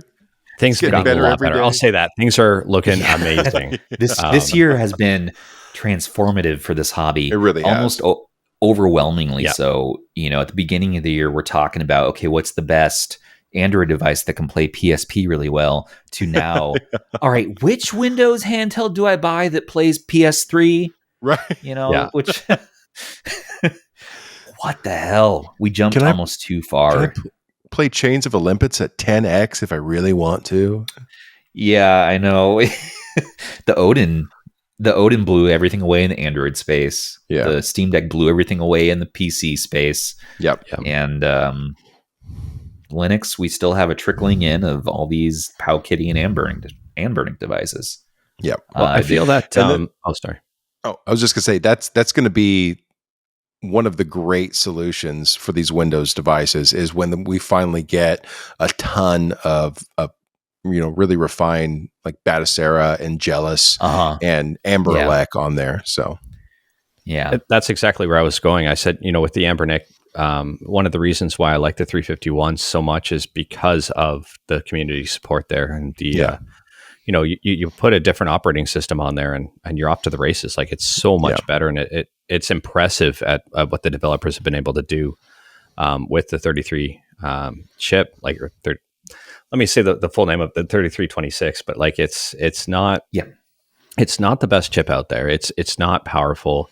And what the developer has been able to crank out to get these emulators to work on it is just insane. Like the amount of performance they've been able to squeeze out of that is so good.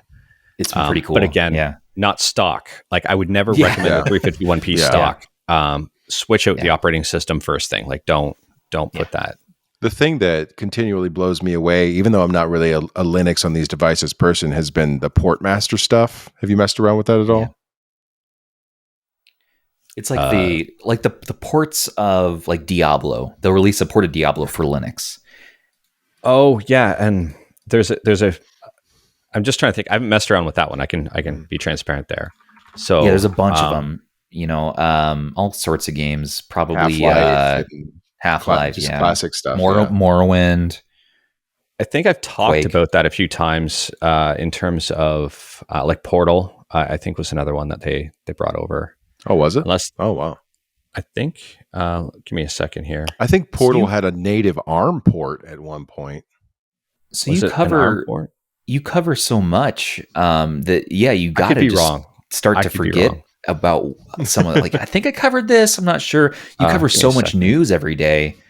I mean, that's kind of your formula kind of like to prep with a list of, okay, what's new in the scene? Like, do you have some sources you go to and you're like, all right, here's the new stuff. And then you kind of read off to the audience what's new, or do you install it and like test it out yourself? And then what's kind of a little of A and a little of B. Like if it's something I'm not normally going to use and it's going to take me like a long time to get familiar with and take time with, then I'm not going to waste my time doing that, because then by the time I talk about it, it's not gone. Not new news. Yeah. But most times, like when, for example, Citra MMJ comes out, or any basic new emulator, AetherSX2 gets an update, I'll install that and check it out. Yeah. Just to make sure it's not broken. And if there's a new feature, usually the screenshots, I'll just take screenshots as I'm going through and then throw them up on my screen as I'm talking, and it's my own stuff. So it's also, I talk to community members as well, because I like to promote community members. So for example, with Skyline, with all of the testers there, they're doing all the hard work. The developers will put something out, the testers go through and test things out. It'd be so much easier if I just took a look and, oh, by the way, it's like Super Mario Odyssey is getting 40 frames a second. Okay, well, I'm just going to do that on my device and show it, as opposed to the person who actually put in the work and told everyone what settings to use and the hacks and the just save show file. It off. Yeah, I'll just let them get the credit for it. But it's difficult. I go through a bunch of different places. Discord's huge. Reddit's huge. There's a lot of different places I go to and just take a look. I chat with some of the developers directly and try to go from there. So it's a lot of communication, and it's really easy to miss stuff. Unfortunately, people have been very good at sending me information when they see stuff, and I just give them a shout out in the pinned comment. And it's like, yeah, thank you. I would have missed this otherwise. So it's a lot of work in itself. And then as much as I want to say, oh yeah, it's easy, I got a formula, I don't. Every day is different. It's not. It's taken on a life of its own and a lot more work than I thought it was going to be. But I enjoy it so much, so it's not too bad. Well, and it speaks to people. I mean, your numbers speak for themselves. You just hit 100,000 subscribers as of yesterday. You're one of 4 I got my plaque the other day. Nice. Yeah. But yeah, I didn't want to say a whole lot until it was like solid and official. And YouTube does a lot behind the scenes where all of a sudden you'll drop like 2,000 or 3,000 subscribers for no reason. And sometimes they like if you've got inactive accounts subscribed to you, YouTube scrubs those in the background, and you'll just see your subscriber number drop. So, and they'll even let you know, by the way, you might see some fluctuations. So I just wanted to wait till it was like nice and solid before saying anything. And then people noticed before I did anyway. But yeah, it was funny. I got the award. So I was out camping and I got the award on Friday night. And the UPS or FedEx, I think it was FedEx guy, just literally tossed it right in front of my door. Shocker. Yeah. And like, I've got cameras and stuff, so I could see it. And it's like, that's out in the open, and it says freaking YouTube right on it. Like, he didn't hide it behind anything. It's just sitting right in my freaking like walkway, not even at my door, just right in the walkway. Mm-hmm. I'm like, oh, this is horrible. So I had to drive home from camping, which was not a short distance, put it in the house, and then drive all the way back to camping. Yeah. And thank God I didn't start drinking yet. It was like, it was close. I was, no joke, I'd already had the whiskey bottle open. I was pouring whiskey. I got a notification on my phone, and I had barely any reception. And it's like, what is this? I'm like, oh shoot, like I think this is what it is. So I had to drive out of the park, hope for reception, got it, and confirmed. So I just kept driving home. But it was. I have a little FedEx story real quick. So I had my new Steam Deck, the 512, we were talking about in the pre-show, right? I had that dropped off by FedEx recently, and the dude gets out of the truck, has it in one hand, and literally goes, I'm sitting here on the couch 4 feet away. I hear the fucking box bounce on the concrete, right? With my Steam Deck in it. And before I can get outside, he's already gone. I'm just like, you son of a bitch. But he probably knew what it was too, and just threw it. But I mean, he literally, I'll see if I can get the video off my Ring camera. He literally just went like chest height, boom, on the ground. I would have been so mad. Oh my gosh. Hilarious. Was it okay though? Like, it wasn't busted or anything? It's fine because it's in the case inside the box and everything, you know. They packaged it really, really well. But they did. I knew it was coming, and then I heard it bounce. I heard the bounce, and it just, just broke me a little bit. And literally, but in the 4 seconds it took me to get up and rip the door open real quick, he was gone, like gone. So otherwise we would have had a conversation. But if they, I swear to God, if they do that with the birthday present that I have on the way for you, Thor, no. you tell me their name. I will call their manager, because it is unacceptable. Because the thing that I'm sending you, it better not get messed up. It's something with my. It's an object that you wear that has my face printed all over it, multiple times. Awesome. So real life emoji. So, I'm excited. Yes. You're going to go full ridiculous. West Coast Karen on them? Is that what's going to happen? I'm going to be really, really upset. But no. Excuse me, sir. I want to speak to your supervisor. That also brings up another thing. The fact that all of us ordered in the patron chat a V90 for $2. Oh my gosh. Okay. Are we going to talk about this now? Yeah, let's bring this up real quick. Okay, so we got. I want to bring it back around to Sujano's channel, though. But I'm listening. This is interesting. You guys just keep talking. It's great. So, all right, on Amazon, at one point in the past, like 10 days or something like that. There's a seller on Amazon that's selling the V90 for $2.88, right? And plus $6 shipping. $6 shipping. So it's like $9.88 for a V90. And so a bunch of us in the patron chat in RH bought this damn thing just because we want to see what happens, right? Like, it's $9 for the lulz, okay? I know for a fact Jim Gray, who's one of our mods and one of the Onion OS developers, his supposedly got delivered to Canada. At some, like, Vancouver. Jim doesn't live in Canada. He lives on the East Coast in America. All right. Well, roll the dice of where it's going to go, I guess. Just so we're all just kind of like, where's it going to show up? You know. Also, about 40 different people ordered it in our RH Facebook group as well. Oh yeah, because they're like, it's a Powkiddy V90 for $2. You know, even if it's fake and a scam, the Amazon return policy, they're gonna refund it. You know, absolutely, yeah. You know, and it's being sent from China.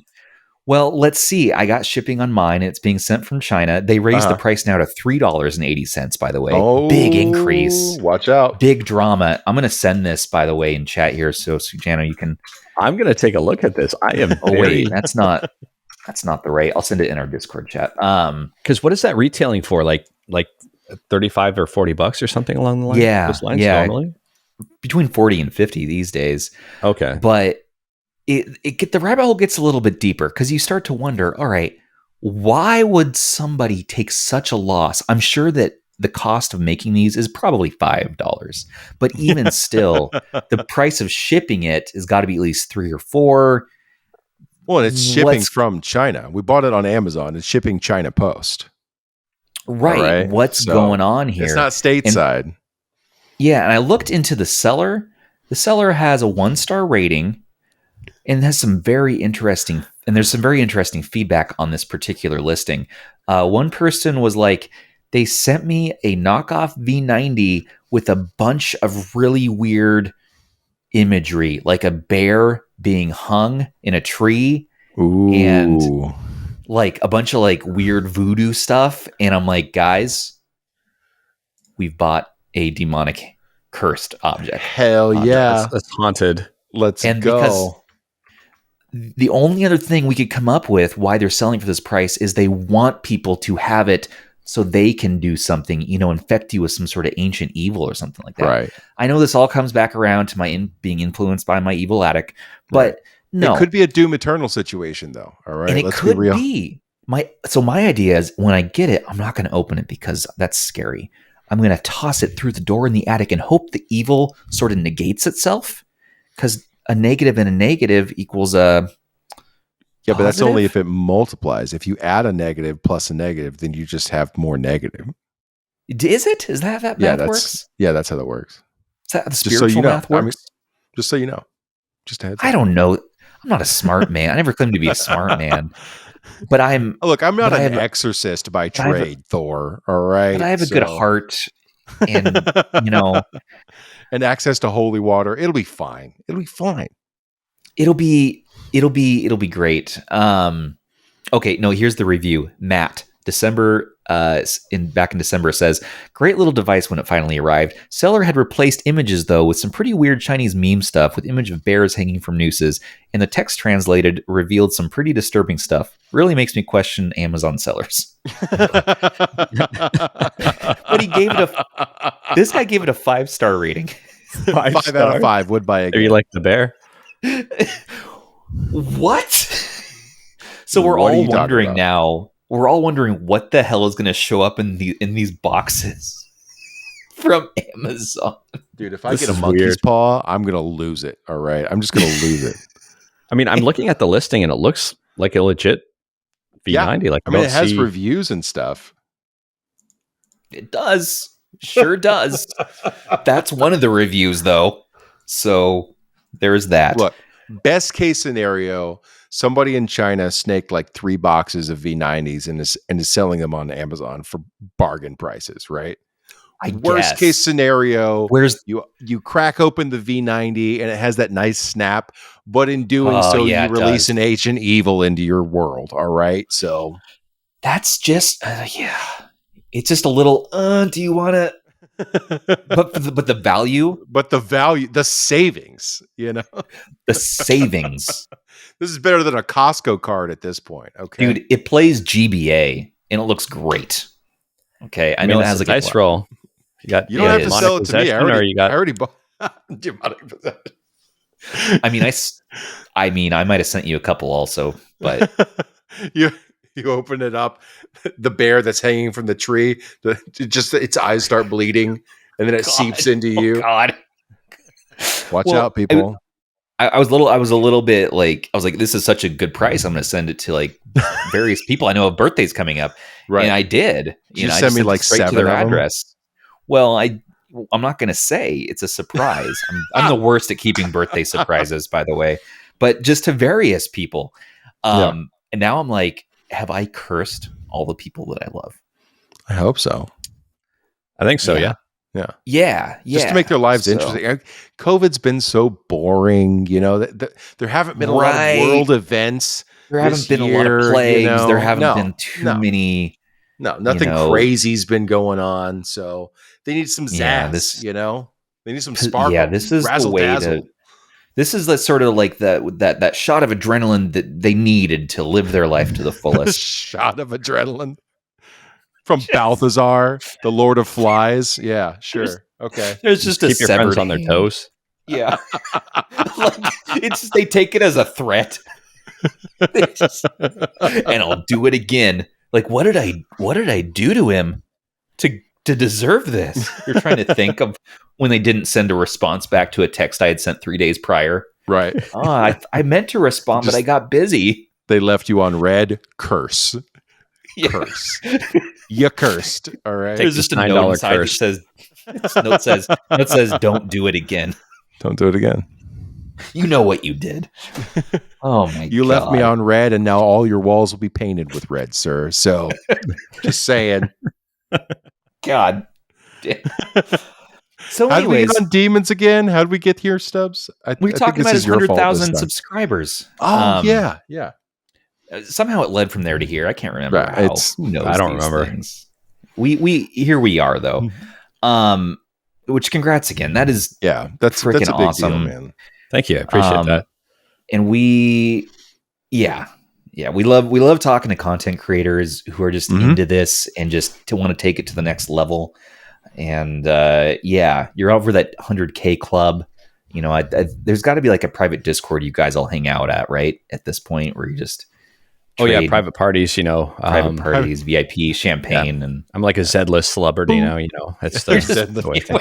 Yeah, you got to they send you a gold jacket. Yeah, no, but people are loving what you're putting out, and just you have the consistency going. I understand you have a reset collection update you're going to report on tomorrow in your tomorrow video. Yeah, I'm excited about that one. That was some pretty good news. So that's definitely made the list. And then, heck yes. Have you already recorded the content? Oh no, not at all. Okay, I was tomorrow, I was editing and posting just before this because this is normally my edit post time. So I was just I just did an earlier one, or else that would have been in tonight's. But it'll go tomorrow. We won't take too much more of your time, so you can get to that. Fine. I've got the whole evening free now, so it's so okay. odd to have a guest in the same time zone as me, because I'm sitting there going, it's like 12:40. Like, we're good. Let's go. Yeah, I'm golden. I'm drinking whiskey. I'm relaxed. I got the video out, so I'm 5 beers in right now, talking about demons and addicts and 100K. And it's perfect. Well, to talk more about reset, would you mind if I showed you a couple things for your video? Absolutely, I would mind. Yeah, Thor. No, he can show me all he wants, but All right. No, fuck you. Go nuts. Well, so not to step on your toes. Oh, you're doing it first. But this video we're recording now won't be out till early next week. UI. So your video will be out before then. So there's a new UI. There's a new top layer to the UI. Hobbs sent us this new beta, which we had sent you as well. Yeah. So we're all kind of looking at this. But there is now. This is what you see when you first get into reset. So you see that's clean. I like that. Super clean.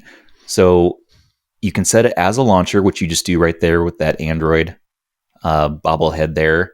And that way, when you hit your home button, like on your Odin, it's just going to boot reset up. Also, let's see, you can go to your systems here, which goes to that normal view that people are used to. Yep. Hard to do this. Click on a system. It's that normal layout. Yep. But now there's no top. So if you keep scrolling up to the top till they get to the options and whatnot, it's not there anymore. Yeah. So you got to back out. And you'll get back to this layer. You know, here's your randomizer. Here's your search. If you hold down the app long press the button, is the big one, I think. Being able to set this as a real launcher, that's a big deal. Because that's something that we've been railing on Android for forever, is having a unified launcher for emulation and for apps. And so that app drawer there will give you all your Android apps. So you can still use your phone or your device and access all your apps within Reset Collection. This is a huge update. It is. It's a huge update. And then if you go into settings, there's that option right at the top to set as default launcher. And that is so freaking awesome. Now, if you go to search, here's one other change. Type in your game name, like Mega Man. And now it's going to show you in real time, all your games named with the word mega. That's crazy. That's awesome. The year, I believe it's with the year they were released and with the box art style you chose, whether you prefer 2D or 3D box art. And for sickos out there like Stubbs, being able to direct select your 900 Mega Man games is a big deal. It's a big freaking deal. And people also might not know this, but if you long press on the randomizer, you can actually sub-randomize, and this has been here for a while, but you can enable a random filter and filter down like by genre, randomize from your genre, randomize by year, randomize by collection, randomize by keyword. You only want Barbie games, type in the word Barbie, and your randomizer will only search games with the word Barbie in the title. So if you really want to play a Barbie game, but you're just not sure which one today, let the randomizer pick. Barbie Explorers. Barbie That's what Explorers. It has. That's what it has. That's what we all are here, guys. We're the Barbie Explorers. Hey, every now and then, like on a weekend, I get a glass of rosé in me. It's Barbie Horse Adventures 2. Okay, so it's honestly one of the best, and it's so easy to emulate on the PS2. It is. It's so good. You can do like 2 or 3x. Sujano's like, what the hell are these guys talking about? So the Barbie games has been what started as an inside joke a couple of years back on the podcast, and now over time I've actually legitimately been playing the Barbie series and getting good at them and speedrunning. Now it's just a speedrunning, and I hold one of the speedrunning records, I think.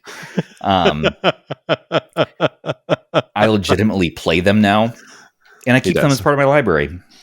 But no. So yeah, those are just a couple of the few new things coming to Reset Collection tonight/tomorrow morning. I think it hits live in the Play Store. So your video will be out first, though. So I just wanted to give you just some extra notes on that to see if some extra ammo. And I'm excited. And I will publish that out on the Reset Discord and fanboy a bit. And Havel, I'm sure, will be like, oh, sweet. Yeah. The launcher thing's a big deal, I think. Yeah. I think that's huge. Yeah. I think this is a huge update for Reset. Like, yeah. I was just looking through my emails, and I was sent an email from, am I allowed to say someone's name on here? Just first name or no? Anything you want to say, and let us know afterwards. We can always edit stuff out too. Okay. Doesn't matter. So Jav sent me an email back in. Oh yeah. That's Javier. Yeah. That's okay. Okay. Yeah. Sent me an email back in 2020 for Reset Collection, and I reported on it because he sent me a code to check it out, and I was like, all right. Nice. And that was back, I have a video from back in like 2020 on Reset, and it's to see it go from where it started to now is insane, like the work that's been put in. Yeah, absolutely. Yeah, and so good. Yeah, I think this is huge. Like, to keep Reset up there and competing, I mean, Launchbox has marketing behind it. Dig is a fan favorite because it's free. I think actually having the improvements here and having this as a launcher now, this is huge, especially with all these handhelds coming out. Like, to me, Reset is completely geared for that. It's so good on the Odin and the RP2 Plus. And, you know, Hob has both these devices, so he tailors it a bit to these specifically, which has been really nice. Well, the thing that's always gotten to me about Reset has been that the UI scales to the different resolutions, because a lot of the other ones you have to manually set stuff, and even manually set box art resolutions and things like that.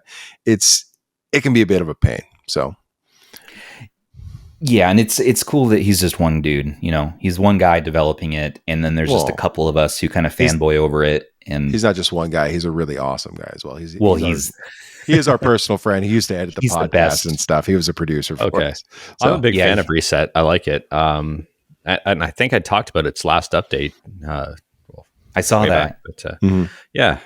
Which is what put you in our crosshairs, by the way, because I'm like, oh, this guy's reporting on Reset. I was like, oh, his content's really awesome. We should have him on the podcast. Yeah. I appreciate that. But yeah, I love front ends. I love emulation. I love handhelds. And I love seeing this stuff. Like the more, the merrier.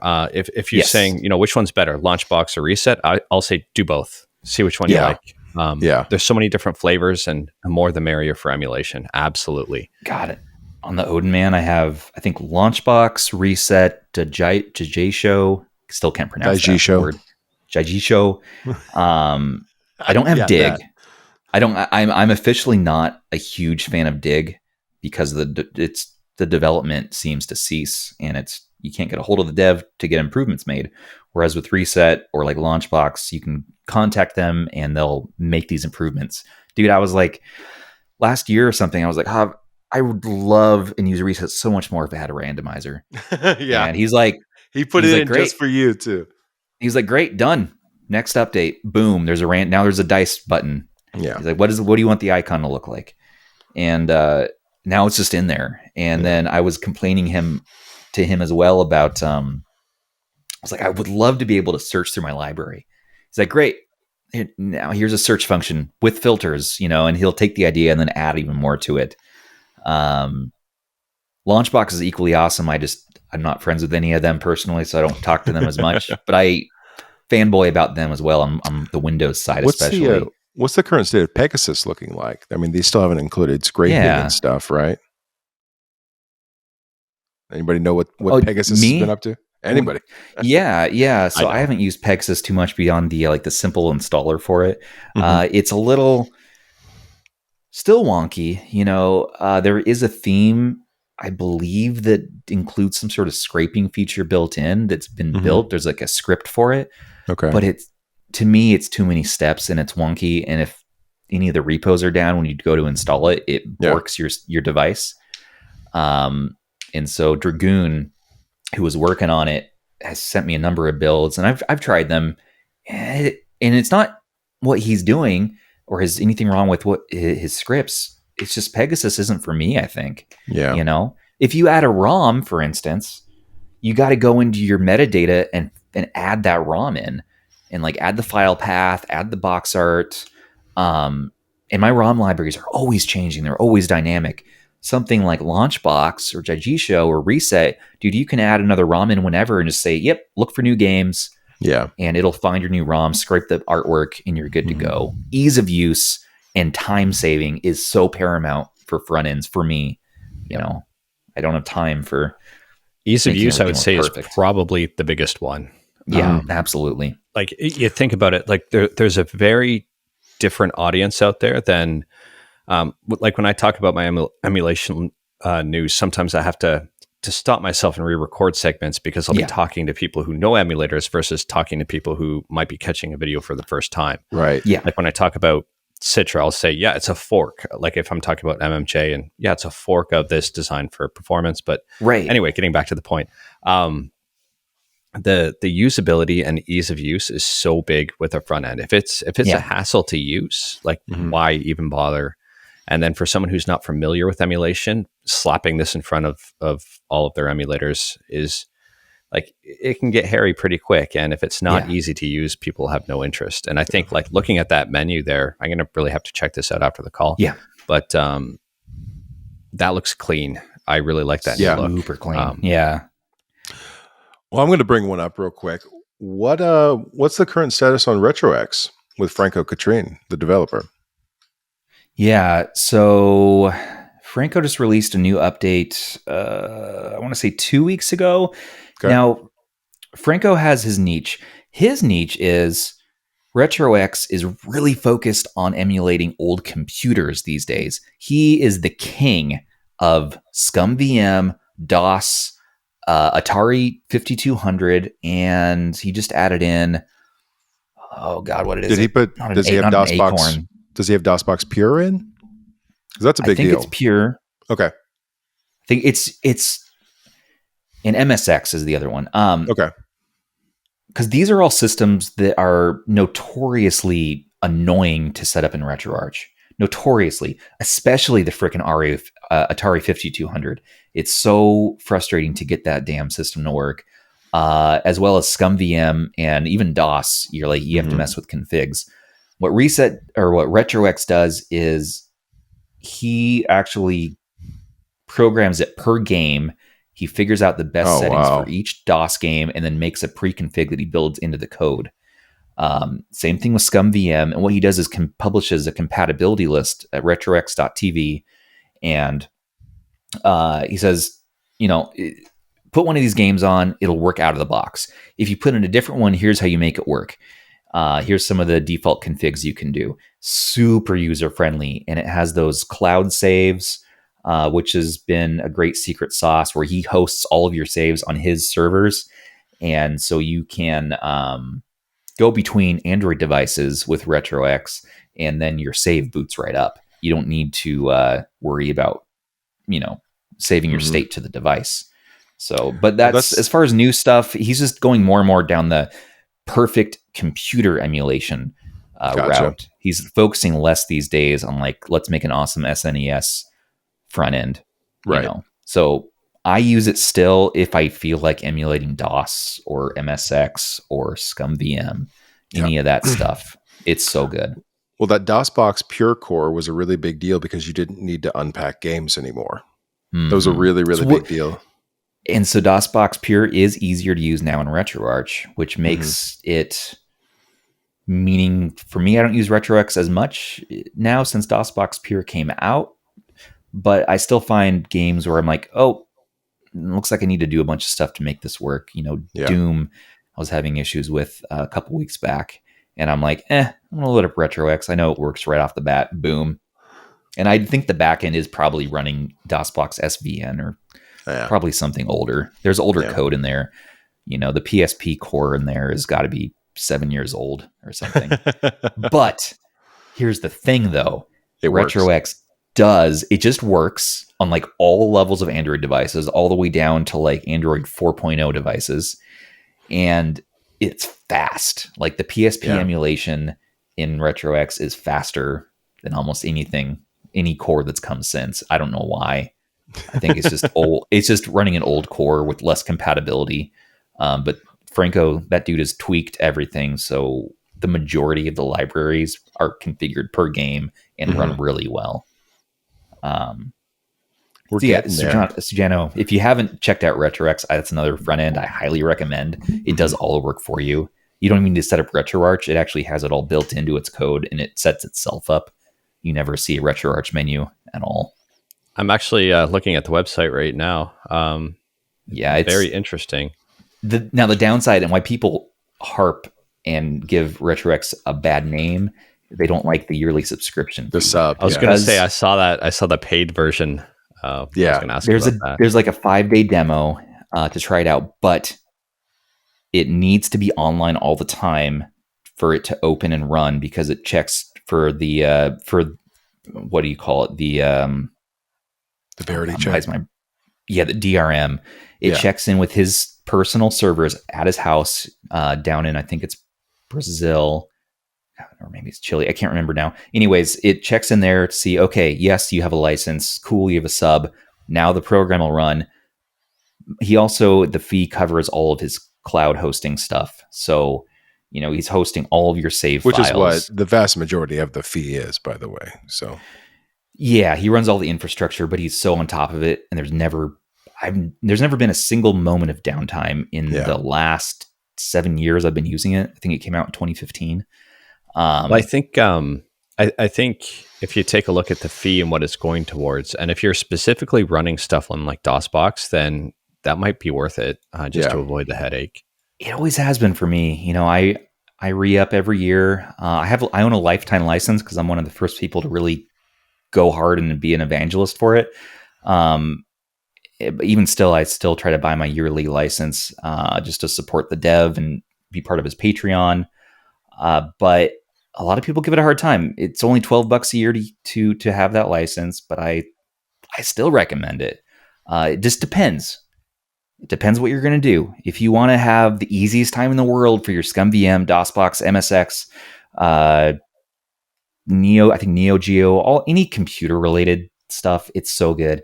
Everything else, SNES, PS1, N64, I'd say probably go with Reset, probably go with Launchbox, something else, And that's just my thought on it. But again, if you have a low spec device, damn, does it run PS1 and PSP super fast, and N64. Well, if he's optimizing it per game, like that's pretty good. Yeah. He is optimizing it in most systems per game, and like N64, you load up a game that's notoriously bad and glitchy like GoldenEye, it knows oh, this is GoldenEye. cool. I'm going to run the Rice plugin, and there you go. And if you don't like what it's doing, you can go and you can switch that stuff around. You can say, nah, I want this game to use Glide, and you can do that in the app, which is cool. Yeah. That's pretty awesome. I'll definitely check that one out because it's something I might want to talk about in a future video, especially, again, I'm all about promoting the community and showing what's out there, raising awareness. And I think this is definitely something, even if I don't agree per se with the subscription model to start out like that's fine. I can still talk about it because honestly, for those enthusiasts looking at the older computer systems, that might be something worth checking out. So... And there is a lifetime license now. Again, as of looks like March, he said that lifetime licenses are back. It is $70, but it is a forever license. Yeah. Okay. So it's high for an Android app. That is high. Franco is one of the nicest human beings on the planet too. So he's lovely. He is a lovely man. He really is. He plays the guitar like a prince. And I saw on his YouTube channel here, he's got guitar videos, and then all of a sudden it switches to the front end stuff. Yeah, I know, right? He has those two worlds. And he is like the number one world resource on TurboGrafx 16. I swear, like you can ask him any question about that system, and he knows like the inside and out of its workings. It's just he's a fascinating character. And yeah, we got to have him back on the podcast soon and see what's up with RetroX because it's been a while. And he's one of our first guests. He was, yeah. I always like talking about RetroX, even though I don't use it as much these days because I'm so dang anal. And I told him, you know, we should be able to use Retroarch if we want to. You should add in standalone options too. If people want to use their favorite standalones in Retroarch, they should be able to do that. And he agreed, and he said that's coming in a future update. I don't think it's here yet. When he does that, Hav and Franco are they're gonna have to combat for my love. They're gonna have to fight to the death. So yeah, I set my bar high, and I bug devs because I'm a particular person, and I don't know why it's my thing, but I just want the perfect front end. It's like my mission in my life. I want the perfect I'm a big Android fan of front ends. Yeah. No, I won't stop. All right, and tell your friend on Reset Collection there to get that packaged in with these handhelds. I mean, that would be so much exposure, dude. We were talking to him about that a number of times now. It's just I think it's a tough thing to rework your entire business model overnight. I guess, yeah. It's tough. You work through the Play Store, and then and you got to find the right manufacturer. You got to trust them. You know, Thor and I were even talking about like, well, maybe we'll just make our own device. We'll just figure this out. Thor has a bunch of CNC equipment and many people he knows who can help us with that mission. But then it comes back to having the time and the energy. Yes. And where do you want to place? We're kind of capped out on running the 17 different communities in the podcast right now. Energy wise. I was going to say, I don't know how you guys do it. So I don't know either with the children's and the lives and all the things we do. We barely keep our attention span for the podcast, the Discord community, the subreddits, the website, the blog, so many Reddits. And the custom all the lineage Android custom firmware stuff that we tend to get involved in. Having said all that, we are getting into new territory this year, so more to come on that. But we have a burning in our soul, and we just can't stop.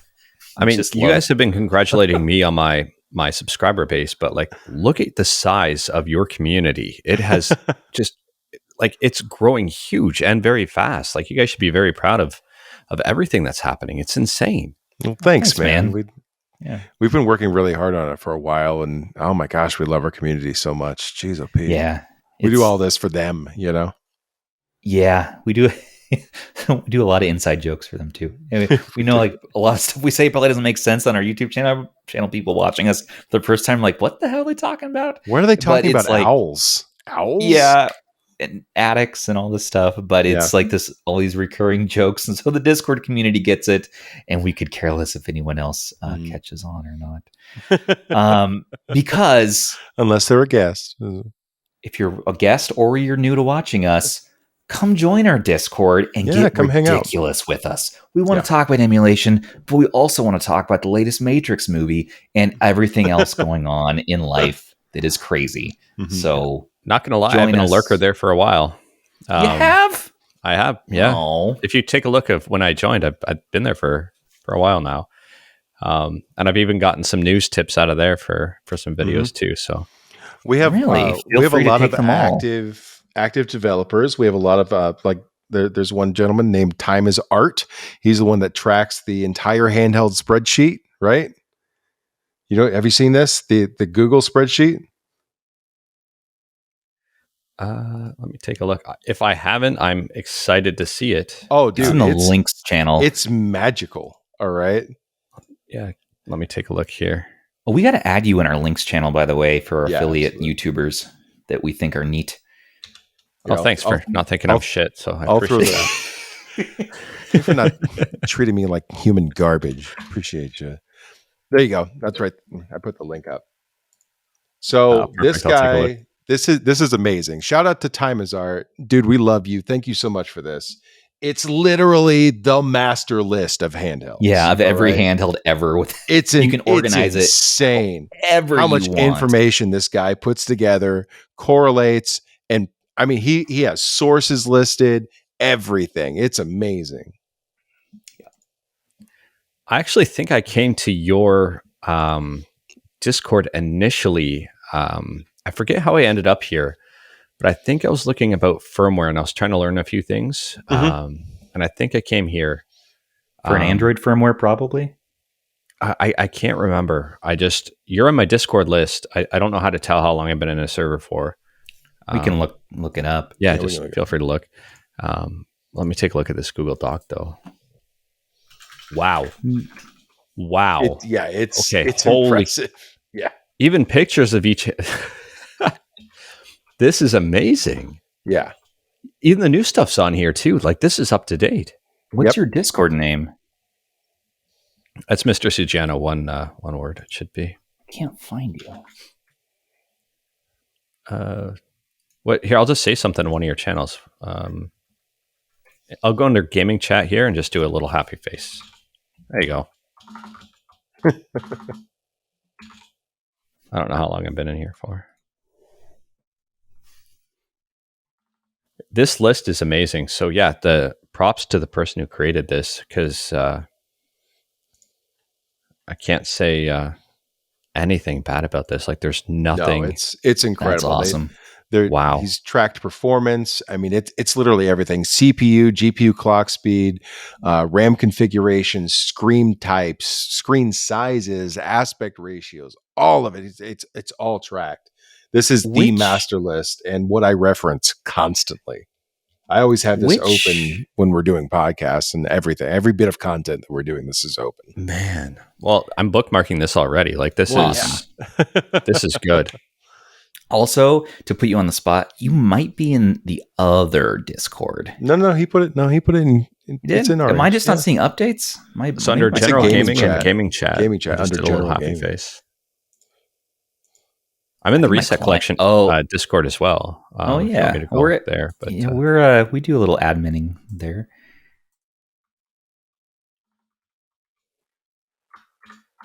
Oh, my client's just borked. Never mind. I'm just a jerk. I don't know. It happens. I was like, no problem. Are you? Oh well. He's a gaming chat. Okay. A chat for gaming. I found ya. There we go. Now I'm going to search you. When did you join?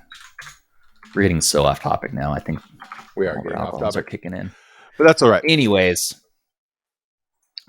so lots of new stuff on the horizon. It's an awesome year for front ends. There's that the new one, Jigisho, out that has been hot. I've been loving that one as well. Integrating retro achievements. I told that to Hob. I'm like, dude, now it's time to add retro achievements into the UI because this one's here. He's like, okay, all right. We'll figure it out.